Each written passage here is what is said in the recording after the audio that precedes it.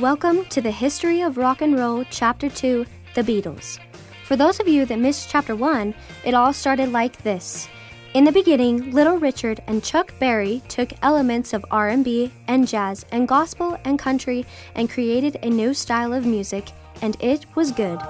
And those two begat Elvis Presley and Jerry Lee Lewis, who started white folks singing rock and roll, and then other people, and by that I mean the parents, started to notice their kids were going crazy for this new music, and that got them, and by them I mean the parents again, really worried because, well, you know, parents have to worry about something. Plus, there was this thing called the payola scandal, where some people were accused of bribing disc jockeys, and well, anyway,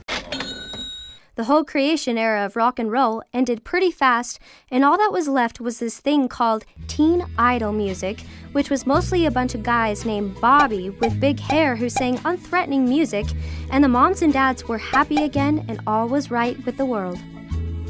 But teen idol music was really pretty boring compared to the earlier music,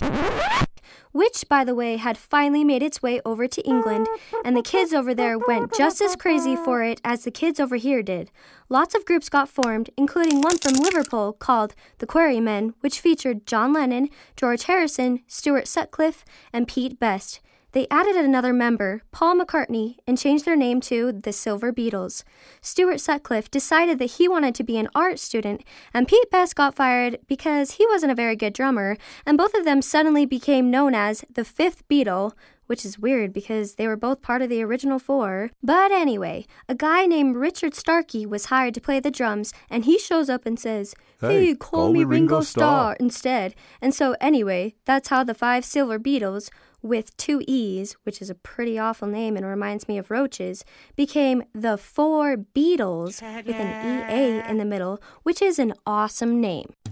When the Beatles first started out, their music was simple, a combination of American rock music and an English folk music called skiffle, but it sounded great, and American kids had something to go crazy over, and when the Beatles came to America in 1964, it caused a thing called Beatlemania, and everyone started getting their hair cut and dressing like the Beatles, and it was kind of crazy, and you guessed it,